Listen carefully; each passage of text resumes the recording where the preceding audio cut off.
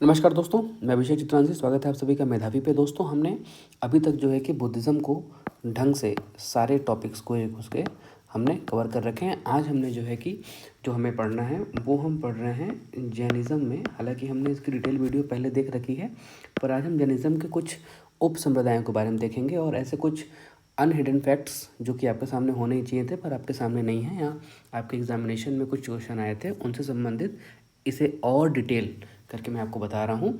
उस पर जो है कि हम डिस्कस करने वाले हैं। देखिए, श्वेतांबर और दिगंबर दो संप्रदाय थे, आपको पता ही है जैनिज़्म में, ठीक है। और जो इसमें मूल रूप से मतभेद था वो लेख के था मल्लीनाथ को, जिन्हें मल्ली श्रेणी सूर्य भी कहा जाता है। ये 19वें तीर्थंकर हैं। 19वें तीर्थंकर मल्लीनाथ को लेकर मतभेद था, किसमें? दिगंबर में और श्वेतांबरों में। दिगंबर मानते हैं कि मल्लीनाथ पुरुष हैं और श्वेतांबर मानते हैं कि वो स्त्री हैं।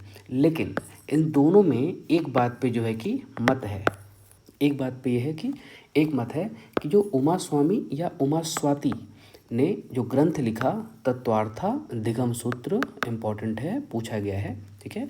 तत्वार्था दिगम सूत्र जो कि उमा स्वामी या उमा स्वाति ने लिखा, इस पर जो है कि दोनों लोगों का मत एक है और इस ग्रंथ को दोनों लोग मानते हैं, ठीक है। इसमें कोई किसी तरह का मतभेद नहीं है। एक और चीज़ ध्यान रखिए कि जैन साहित्य को आगम साहित्य कहते हैं। आगम का मतलब मैंने लिखा है यहाँ पे AAGAM। अगर आपको प्रश्न में आगम साहित्य लिखे तो आप कंफ्यूज हो जाएंगे, क्योंकि इसके लिए और भी चीज़ें हैं। क्योंकि आगम साहित्य को दक्षिण में जैन साहित्य, जो दक्षिण में शैव साहित्य है, उसको भी आगम कहते हैं।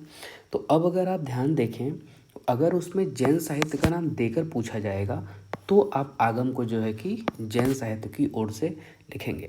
लेकिन अगर वो पूछे कि दक्षिण के शैव साहित्य को क्या कहते हैं, तो आप आगम की ओर जाएंगे।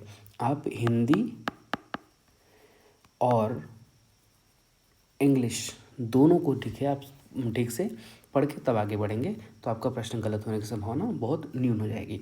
और एक ध्यान रखिए, ये जो अगम है ना, अगम या अहम वर्ग की जो कविताएं हैं, ये तमिल प्रेम संबंधी रचनाएं हैं। जो तमिल भाषा में जो प्रेम संबंधी रचनाएं लिखी गई हैं उसे अहम वर्ग या अगम वर्ग कहा जाता है, जो कि मूल रूप से शैव धर्म से संबंधित हैं, ठीक है। इन्हें AGAM यहाँ लिखा है मैंने, AGAM, ठीक है, अगम साहित्य कहा जाएगा। नेक्स्ट आइए, जैन साहित्य को एक और नाम यानी कि निर्युक्ति के नाम से भी जाना जाता है। क्या है? जैन साहित्य में पुराणों की भी मान्यता है, एकदम से खारिज नहीं किया गया है। कैसे हैं वो? शांति पुराण है, नेमि पुराण है और आदि पुराण, जो कि आचार्य जिनसेन द्वारा लिखा गया है।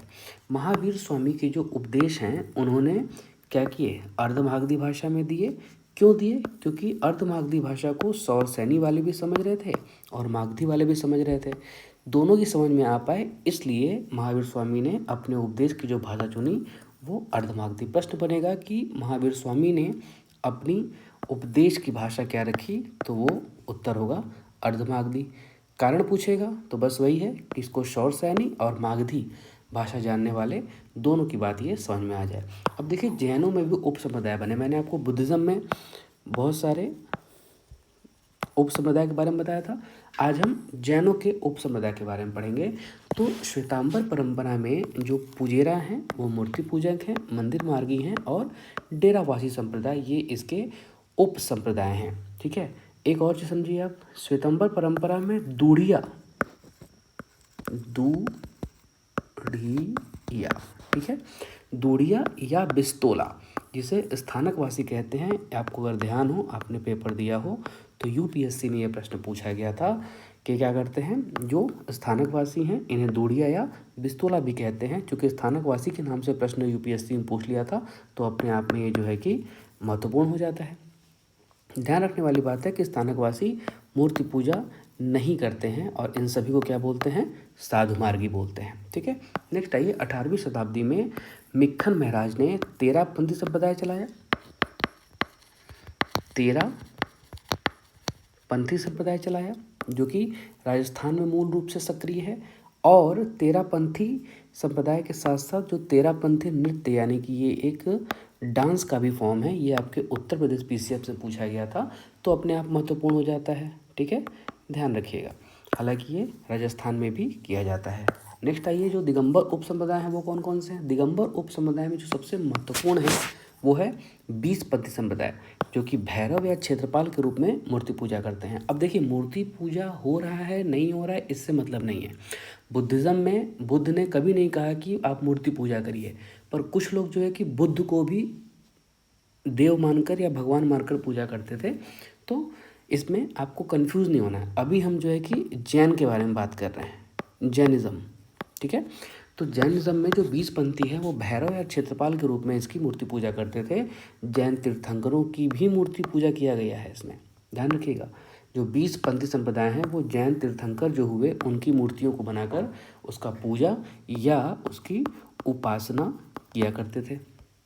नेक्स्ट आइए, 15वीं शताब्दी में तरण तारण स्वामी ने एक ग्रंथ लिखा या एक नया पंथ बनाया, समैया पंथ, या इसे तारणपंथी उप समुदाय भी कहते हैं। तरण तारण स्वामी ने क्या बनाया, तरणपंथी बनाया या समैया पंथ बनाया, ठीक है। इसमें एक और पंथ निकल के आता है जो अलग से है, गुमानपंथी, या इसे तोतापंथी कहते हैं। ये महत्वपूर्ण है, पूछा भी गया है, ठीक है, गुमानपंथी या तोतापंथी। और इसके साथ साथ एक अन्य महत्वपूर्ण है, उसको बोलते हैं काष्ठा संघ उपसमुदाय। काष्ठा, काष्ठ समझते हैं, काष्ठ यानी कि लकड़ी, ठीक है। तो काष्ठा संघ उप संप्रदाय, इनसे अलग भी श्वेतांबर परंपरा में 2री सदी ईसा पूर्व में जो मुनि कलश हुए उनके द्वारा यापनीय संप्रदाय बनाया गया था। ये महत्वपूर्ण है, आपको पता है कि ये पूछा भी गया है बार बार, यूपीपीसीएस और यूपीएससी दोनों में पूछा गया है। तो आपके आने वाले अन्य एग्जाम्स में भी इसके पूछ जाने की संभावना बिल्कुल बन जाती है। तो मुनि कलश ने क्या किया, यापनी संप्रदाय को स्थापित किया। और श्वेतांबर परंपरा में श्वेतपट और कूर्चक संप्रदाय की भी चर्चा है। दोनों महत्वपूर्ण हैं, इन्हें मिस मत करिएगा, ध्यान रखिएगा, ठीक है। एक और चीज़ जो आपको मैं बताना चाह रहा हूँ वो ये है कि जो जैन लोग हैं, ठीक है, ये जैन लोग एक काम बहुत बढ़िया करते थे कि इनको पहचानने का सबसे सही तरीका था कि वो क्या थे, अपने हृदय पर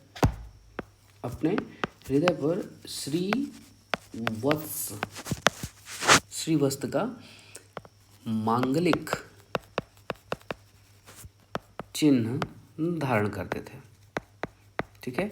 तो आपसे पूछा जाए कि श्रीवत्स का चिन्ह कौन धारण करता था, तो श्रीवत्स का मांगलिक चिन्ह जैन परंपरा में हृदय पर या हृदय के आसपास धारण किया जाता था, ठीक है। आज जैनिज्म की ये सारी बातें हो गई। हम नेक्स्ट में जैन मूर्तियों के बारे में भी बात करेंगे, ध्यान रखिएगा, ये